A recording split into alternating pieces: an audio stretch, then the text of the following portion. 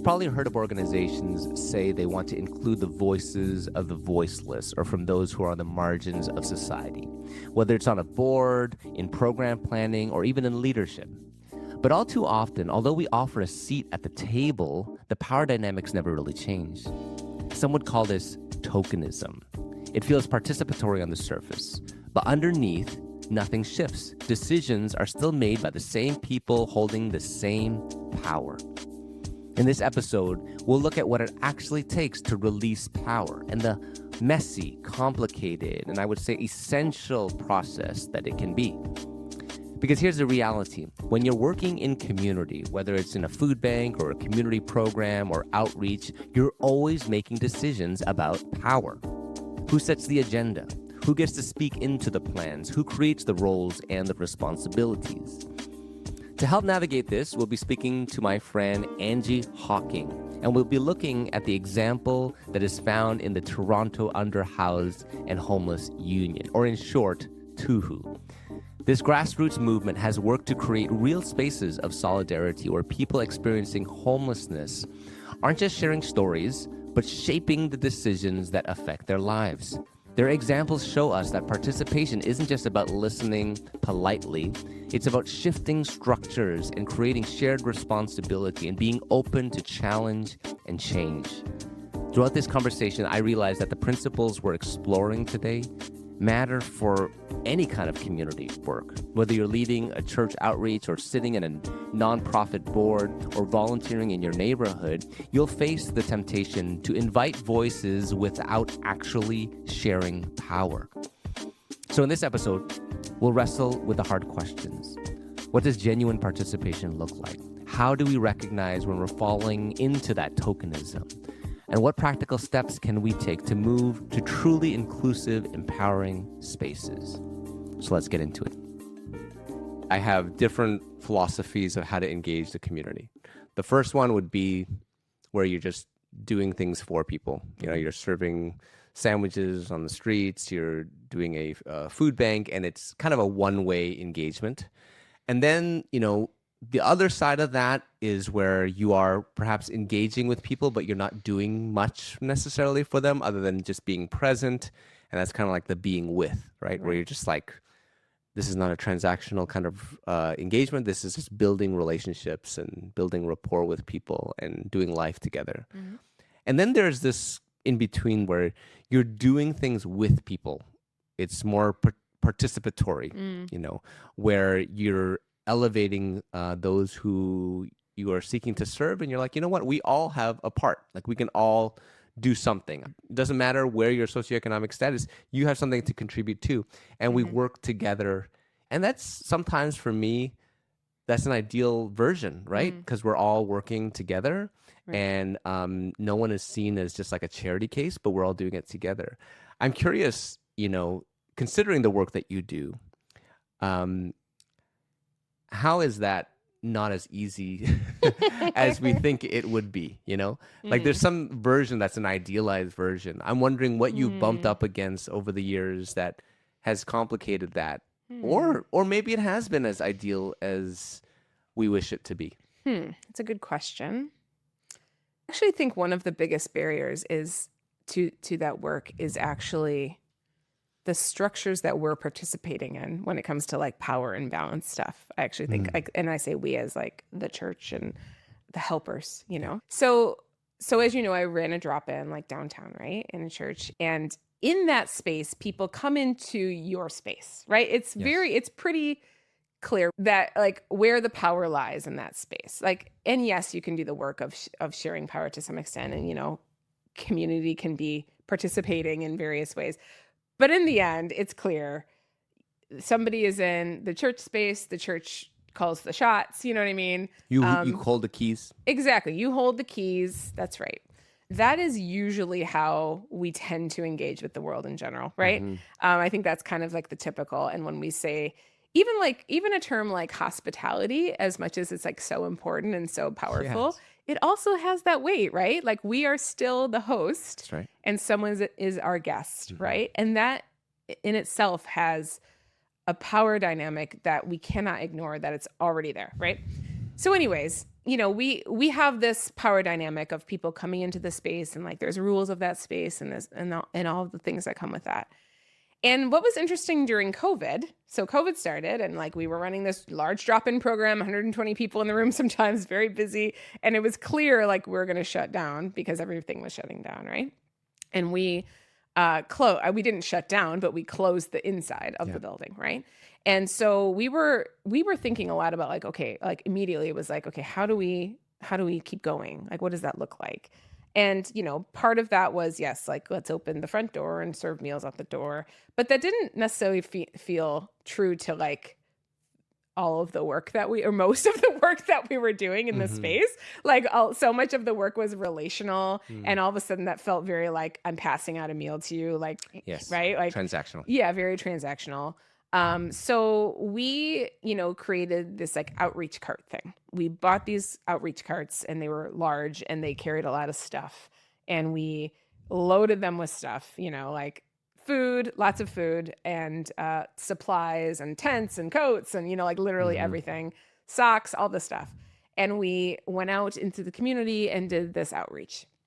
It was such a powerful experience to like start doing outreach as a church that never engaged that way before. Yeah. Like it was always like people come to us. Yes. Besides like individual engagements of like myself going out to somebody's place to, help them somewhere or do something outside the community as an individual, it was more like always the dynamic was people come to us, to our space. So this kind of shifted things for me, and be like, okay, now like we're doing outreach. But one observation I will say is I noticed that we very quickly saw the cart as like an opportunity to create a little square of the church on the pavement, right? Yeah. Because like, we're outside and like in theory that's a neutral space, but you're still the key holders in that square, right? Like someone comes up to you and we're the ones that have the stuff. We're the ones that have all this, right? Yes. So like it would be silly for us to act like, oh, just because we're doing outreach now, we're like engaging in a different way, because what we actually were doing, and again, I don't think it's necessarily a bad thing, but the reality is it was still creating this like tiny little moving square of the church, where we could still, for the most part, call the shots. So it's interesting because we do this, and I've been thinking about this, like we do this, we do everything we can to like maintain power, right? Yes. In all different ways. So like we do this as the church within our building or even without it, or we, get a giant group of people to go do outreach, and so like we're coming at people with like 10 to 20 people from a church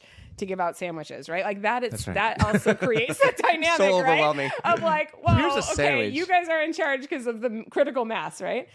We do. I think about this too. Like, if you're on TikTok and you see a video, of these people that go up to people on the street and like are filming them and be like, dude, can I help you? And like, Can I give you a haircut? Yeah, can I give you a sandwich? Whatever.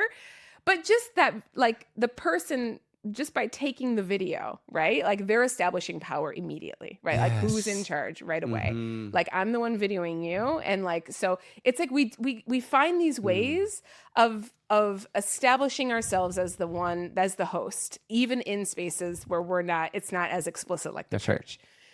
So that's interesting to me because I think that what I'm experiencing in my position now that I hadn't necessarily as much in the past is that important uncomfortability of like actually not having any power in some spaces and going into spaces that are truly neutral and not like overdoing it in the sense of like, okay, now we got to establish ourselves and like, how am I going to make sure people know I have power and da-da-da.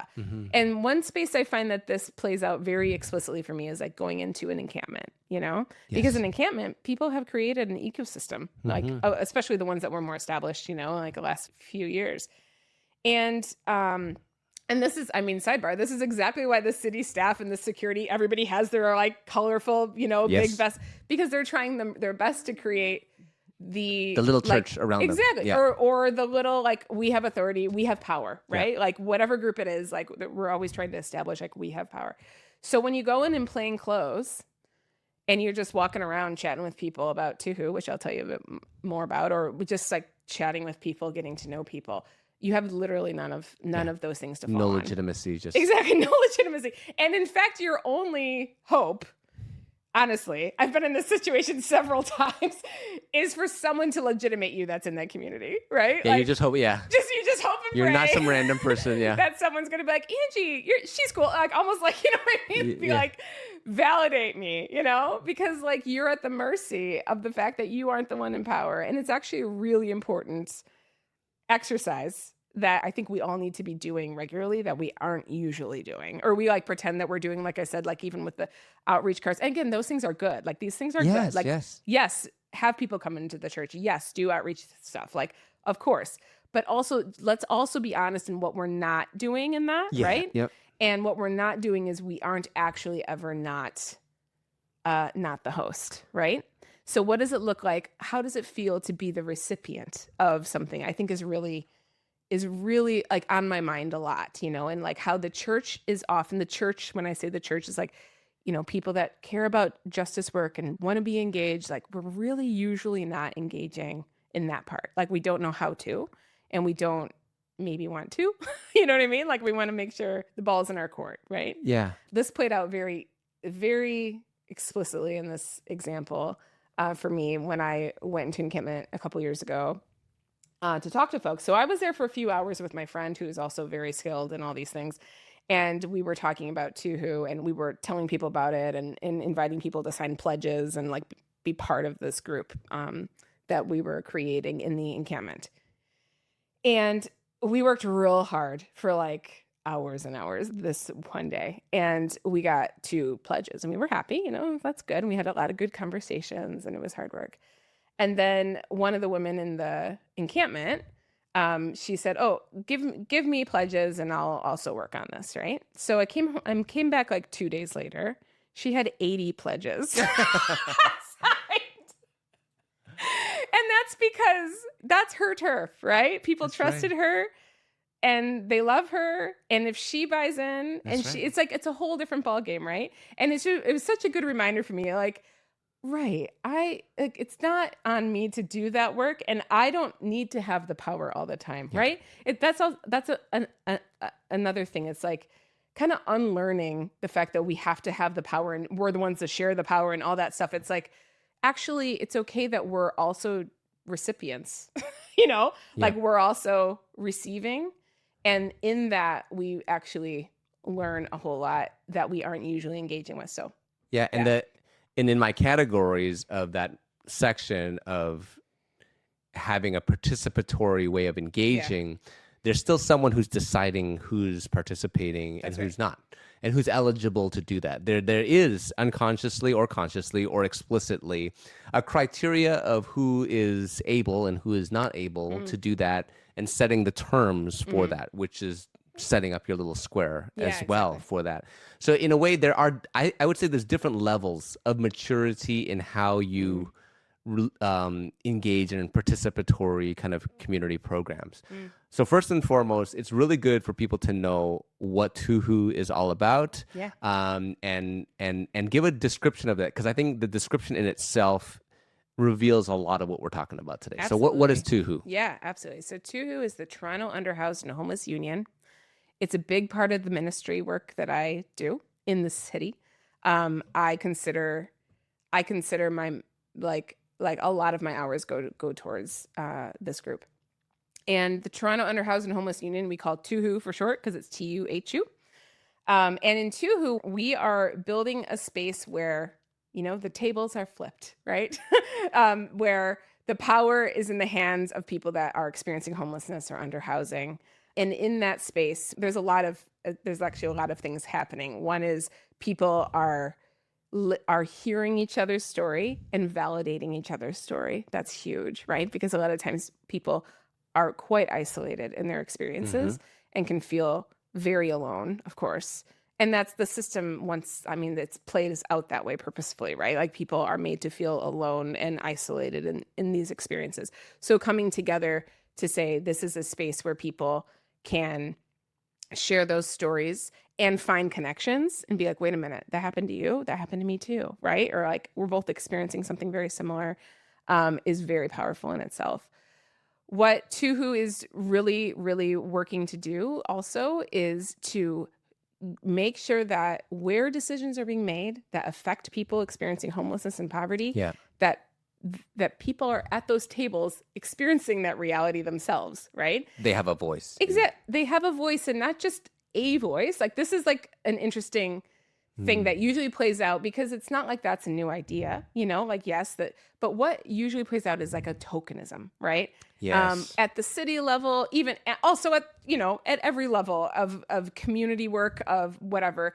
Often it's not always, but often what plays out is tokenistic, finding the one person that says the things the right way and has the lived experience, but checks all the boxes. Yes, can communicate in that way. Says it our way, right? Like, says it the way that we feel real good hearing. Those are usually the people that are added to a committee, maybe, or, and that happens, like I said, that happens at city level too. It happens across the board, right?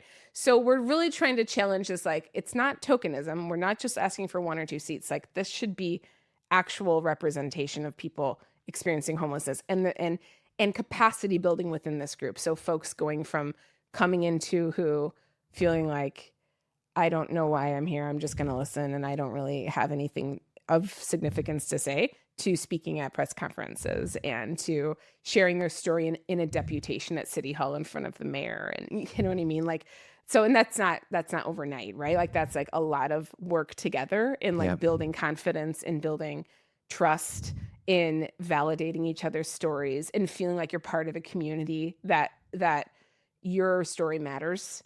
And also working on the skills that it means, right? Like, and working on writing and working on like telling a story, and how do you tell a story in 3 minutes, right?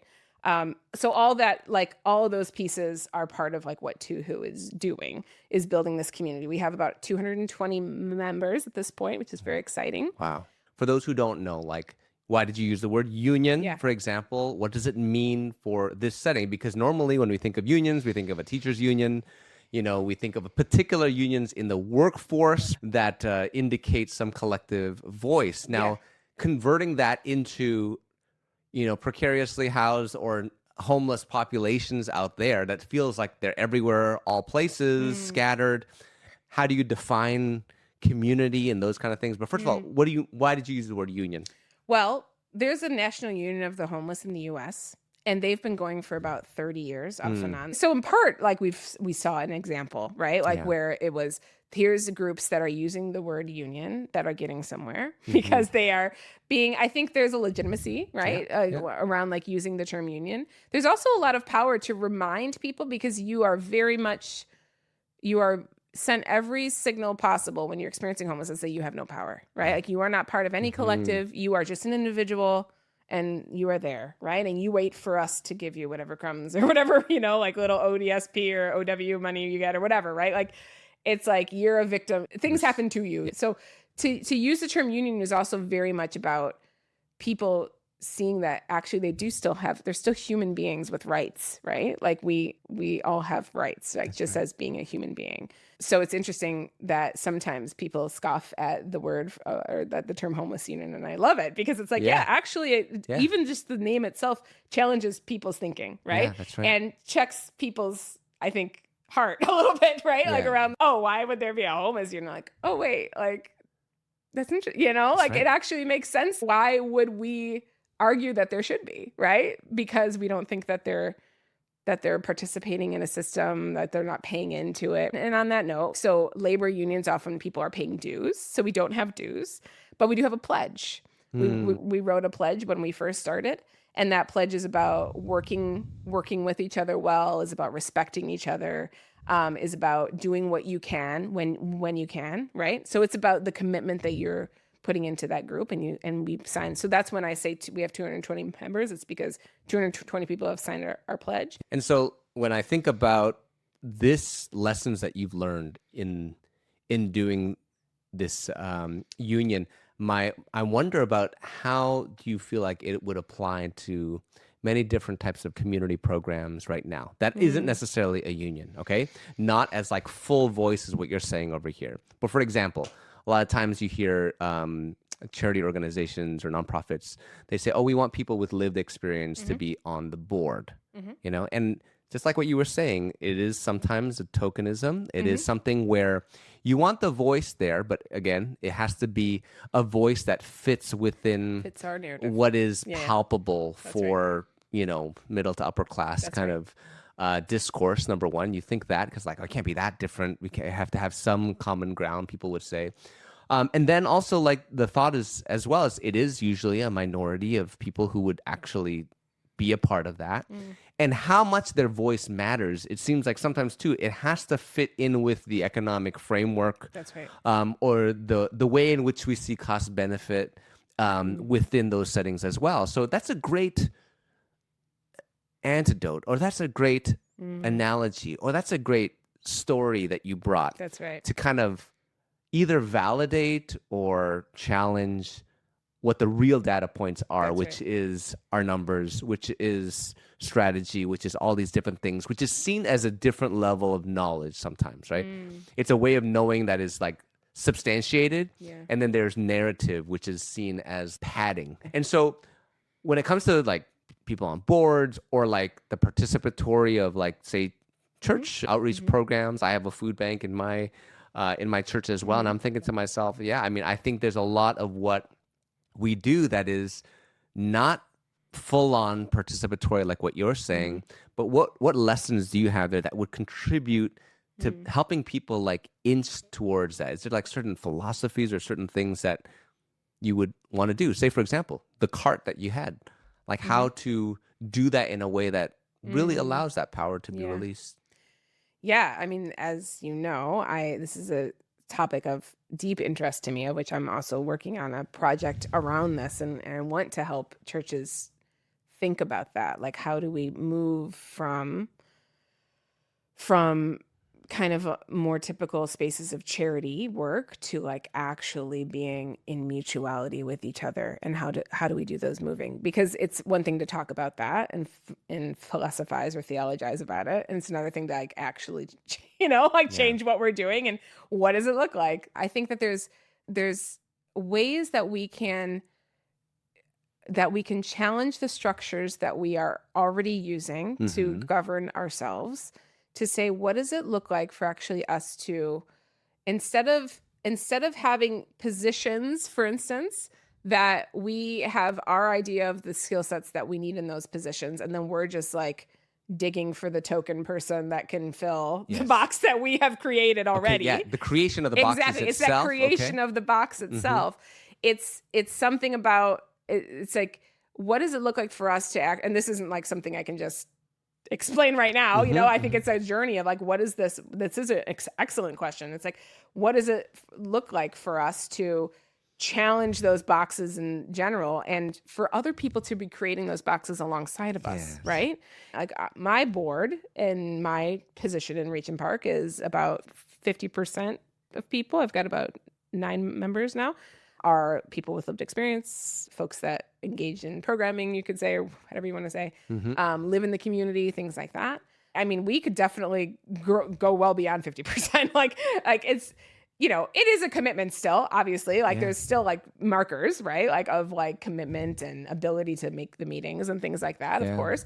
But there's also a whole lot of people. Often we think, oh, there's only a very small amount of people that actually want to do these kind of things. I actually think that's not true. I think it's just that we're writing the scripts all the time. We're the ones always saying exactly what we want, exactly what we need in this position are these things. So of course, you're only going to find a few people that will fit those. Do those things. Exactly. Or who would word it that way, or who would be comfortable with that, right? It's that's in itself, that practice of kind of allowing the community to inform how we create the boxes and what we are actually looking for. Something that comes to mind to share around TUHU is how we structure ourselves. I think that could be interesting to hear now too. So in TUHU, we decided, because capacity is a very real thing. Of course, right? We all have different capacities. I have different skill sets than you. We, work together in different ways. And in TUHU, that's no different. So one decision we made early on is that, so we are an elected board. So we have an elected board in TUHU. Every 6 months we have a new election. So folks, so that's purposeful too, because 6 months, I mean, usually boards can be 2 years, 4 years, things like that, right? So in TUHU, we recognize like people are in transition sometimes more often, you know what I mean? Like people are going through different seasons of life potentially faster or whatever you want to say. So like we created a 6 month so that was like an easier amount of time that people with lived experience said like 6 months seems reasonable for us, right? We also intentionally made a very large executive board. We have 18 people on our executive board, and that is because, and we say this all the time on the board, because people will have seasons where they have to bow out and they're just too overwhelmed, right? And that's okay, because we're all here to carry it, right? So and some people right now, like there's several in fact in the executive that just started school, which is awesome, right? But and so they've got a great reason as to why they need to bow out a little bit, and they still make meetings as much as they can and stuff, but the expectation is not that they can carry a bunch of work right now, right? Other people need to bow out just because of crisis, like they're experiencing lots of crisis and they're going through a lot of ups and downs. So you bake that in. Exactly. We bake it in. Exactly. That's exactly right. I think there is something you said there that's really important, is that there's a presence that someone brings into any leadership dynamic that we have to acknowledge that isn't always overt. It is an unspoken level of authority you can walk in with into a space that you think is participatory. Because the thought is this: a lot of times the debate between equality and equity and all these different things is about like it's about equal opportunity, right? If everyone has an opportunity to speak, then speak. You know, like everyone has the same mic. You could all have a mic in front of you. Just talk. But I think there's something about being in spaces where we all have a mic, but some just have this confidence to own the room. Totally. And their influence is the conversation. Felt differently. You know what I'm saying? Right.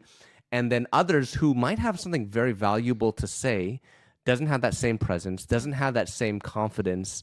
And it really actually shows. It's not only the amount of words you get, it's also how it's felt and how it's perceived. That's right. And oftentimes, if it is having to do with tokenism, or if it does have to do with, a majority of people who are in stable housing and all that stuff, and someone who isn't, the question is how loud are we hearing voices? I think is a very important thing. Like for you, the two of you who are a part of that is initiating and just questioning, should we even be part of it? I think it really takes a very particular type of person too, I think, that can really know their voice and how much weight it is and when to draw back, how to be, and that must be a hard thing for you to figure out too, like how to be your full self, but at the same time, letting that full self not override other voices, right? I mean, is that a challenge for you of like how you marshal that? Because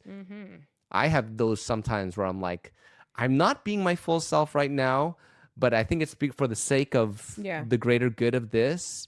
But then sometimes it's too much and I'm no longer self at all, So how do you navigate that? Yeah, I catch myself in these moments all the time. I'm always learning and trying to figure this out. I think I use my friends and TUHU to like hold me accountable and ask like, hey, did I talk too much right then? Like I said that several times. And like, we're at the point, like, we'll be honest with each other, right? Actually, like, please just tell me like, what's a better way, like what's a better way to, and sometimes I might need to kind of take the lead for a few minutes on something, of course. It's not that isn't there sometimes, right? But also it's about, okay, but how are we going to intentionally build in, just bake it in, as you said, that even if somebody like me goes on a tangent and okay, that was a little too much, but like we're like the way we're structured will even that out, right? Like, so like even before a meeting, like everything is always co-facilitated. Like every meeting has co-chairs. And it's usually me as one and then another person as another. And we meet before the meeting, talk through everything. So we can both answer questions. Like there might be a couple of things I have to field because I just know more about. But in general, like I'm defaulting to them answering first, and I might fill in details if needed. But just like that's a little example. But just to say, like, that's usually how these things play out is like just being mindful. And it's like so relational, right? Like we're all like we're friends, like we care deeply for each other and we're friends. Yeah, that's not always the case in many places, right? So we can't take that so for I granted. think, I mean, I'm not saying every last person, but in general, like especially like executive and like the core folks that are coming out to meetings, about 40, we've got usually 40, 50 people coming to meetings, which is incredible. And like people are really overall like respecting each other, caring for each other. Amazing. And really, and then it's like, then when someone speaks up about something, we're like in it, like we're like, yes, we're there, like someone shared last year that was part of the group that was like, I'm having a really hard time in my housing and and like another member who's in a wheelchair, like permanently in a wheelchair. He's like, I will be there and I will lay my body on on your floor to like for her to get what she needed, and it's awesome because these two people are not like necessarily people that you would ever put together as buddies, but they are buddies because we're all doing this work of being in it with each other, right? And it wasn't his issue, but but it was now because you're gonna wrong my friend, like we've got each other's backs, right? So there's this like really beautiful thing, and I think the hope is that we're modeling that beauty together in the executive and kind of the core group, and it's spilling out into all we do. So community capacity building, we hear those terms. We hear the other term of community development and looking at the assets of people. I remember when I was first with Street Involved Youth at Evergreen, where we both have worked. And I remember coming in with the mindset of a community development hat, actually. I wasn't thinking like a drop-in. In fact, I was hired as a community capacity builder. And my thought with the homeless youth is that I would be like, hey, let's just let's build the capacity of the leaders within the drop-in. And so we got a few people and we started to do community capacity kind of sessions and stuff. It did not turn out like TUHU at all. And I remember like struggling through that time, wondering, number one, of when you think about community capacity building, but towards populations that aren't in high crisis, like there's a lot of crisis going on. I felt like I was trying to figure out, and I don't know if I have an answer even now, but the thought is, I think I brought in certain expectations of what building someone's capacity is. Number one, who am I to build it? But number two is I had times where I overestimated the ability of people to take on roles and underestimated their state of crisis in their life. I in a way, I would view their capacity based on, well, if you have the will to do it, they look like they have the will to do it. Hey, you're really well articulated and you have the skill for it. And I look at all these different things, which are all my metrics of what I would need, which is another thing to challenge. But all those things I would think about, and then suddenly we get into it, and I'm like, I think I set this person up for failure here because I gave them a platform to do something that perhaps my estimation of their capacity was not correct. Either two, it's either overestimating or underestimating. So number one, I in our conversation right now, I'm thinking to myself, no, I had a lot of power in creating those categories for them. That's number one, I thought. But number two, have you worked through under and overestimating people, and how do you set people up well for that? And how much is it of your responsibility in setting the stage for that to occur? Well, a couple of things I've mentioned already, I feel like do touch on that when it comes to going in with the assumption that people are going to have waves of capacity, right? And setting it up as a large executive, right? For instance, like setting things up as we're all gonna start on this project and we're going to hold it together, and we're going to know a few people are going to take a break when they need to, and that's okay. We're going to set things up that way from the get-go, right? We're going to talk about, we literally say that often, right? This is what this looks like for us all to carry this through. This person is going to do this person is going to do this now, but like, let's check in often. Let's make sure that if any of those people need to bow out or something horrible happens or what they got to deal with, all of a sudden they aren't getting their ODSP check, right? Like crisis happens and it's like, sorry, I got to focus on life, right? It happens all the time.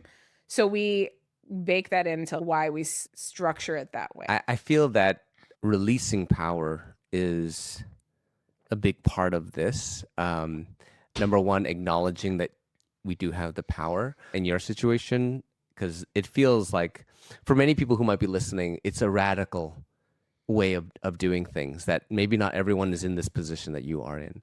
But I feel like extracting principles from what you're saying in where we are is important. And it's hard because your whole philosophy of how you're doing this union, it's bought in so many different angles, right? This is how you're doing it.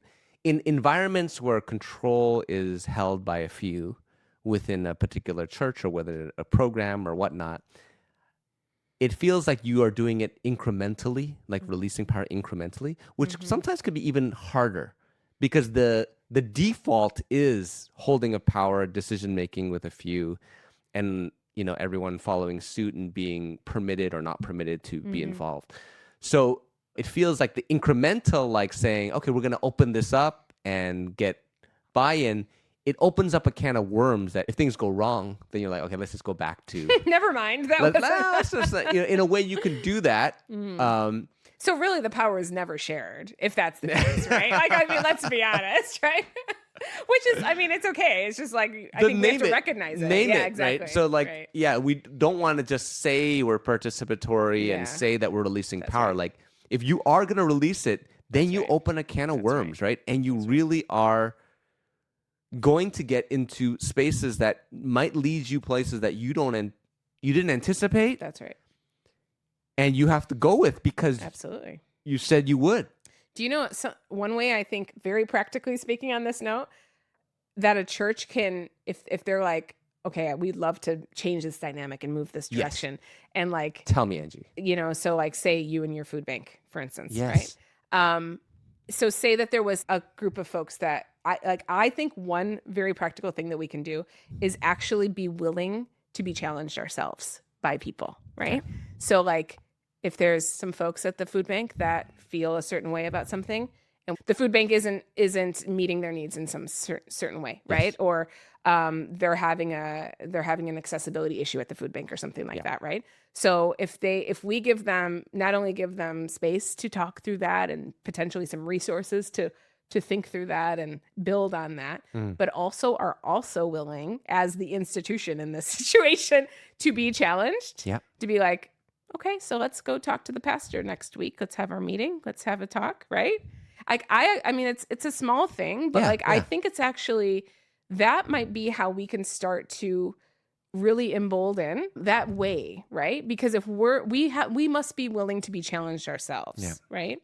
And if we're not, if it's only really like, we would love to participate in this only if we're not actually challenged, but we are part of the, you know what I mean? Like, we're in solidarity with you, but like, you know what I mean? It's only not if you agree with us. As long as it's not about us, right? It's like, well, so the most, I think, a very vulnerable thing that we can do is be willing ourselves to be critiqued, to change, to be pushed, right? And to like really listen and to actually figure that out. So there may come up limitations there. It's not that that's not all there too. And like, one guy might be like, well, you only open 1 day a week and I want you to open 7. I mean, obviously there's limitations, right? For various other reasons, but there might be something there to listen to, right? Or might be something there like, is it an accessibility thing there? Let's like actually help people find that space to be okay with challenging us even.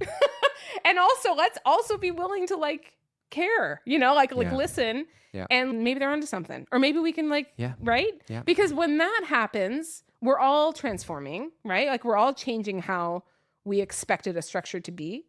And we're not only like sharing power, whatever you want to call it, but we're inching there. Because those same folks that might have gotten somewhere might be like, okay, what's the next thing we could do? Yeah. Or maybe this food bank is actually listening. Maybe this is a place where I can become a leader. You know what I mean? Like that, like I think you're capacity building in various ways when you allow when we're vulnerable as well. Right? Yeah, and it makes me think it's not only a comment box. Yes, very passive. Yes. Passive, and also you don't want to create a consumer mentality where it's just feedback, customer service feedback, right? There has to be also stake in the game. There has to be ownership, a sense of shared responsibility. So that changes another thing in the dynamic, right? Because if it is what you're doing is like full on customer service, it can just be consumer, reviews. That's what it is. But it also means that the way in which you do what you're doing has to involve people's participation for it to work, right? Because it's not just hiring a bunch of staff and this social work, whatever, to do it. Yeah. It's us. I think that's an important thing because I think what a lot of the things you're doing is that people are involved in the doing of the work. And I think in many food banks, for example, if we stick with that, it is very participatory. There's a lot of people who use the food bank who also volunteer in the food bank. So that's actually a great way to do that. But it's important that there's a stake in the game as well. I think in unions, the idea is like having a stake in it. Absolutely. It could be financially in that situation, but in this situation, perhaps it's different. Like it is being part of the mission or part of the goals, right? That's right. Yeah. So you're a minister. That's your role. And you're leading TUHU. Some would say that it's like, how did you get from being a minister in the community to creating a union, and co-creating it with them? What is the connection that you draw between those two things? Yeah. I get this question often, like when people ask me what I do and then I'd start talking about community organizing and they're like, okay, but is that like a sidebar or is that, you know what I mean? Are you just going on a tangent? Yeah. Is that like a volunteer thing? And it's very interesting, I think, because like, I think we think a minister is doing explicit Christian, like outreach work or something at all times. And I think what better way to be Christian in my community than to be part of facilitating a space where people are feeling heard and not isolated and not alone, and where people are finding their collective power together and finding their voice together and like actually experiencing a little smidge of like heaven and the hell that they might be experiencing. It's like, what else could I possibly do is how I feel. You know what I mean? Like, it's like, no question, is this my ministry? Of course it is. Like, it's not a Christian union by any means, right? This is not like, there's no talk about that at all.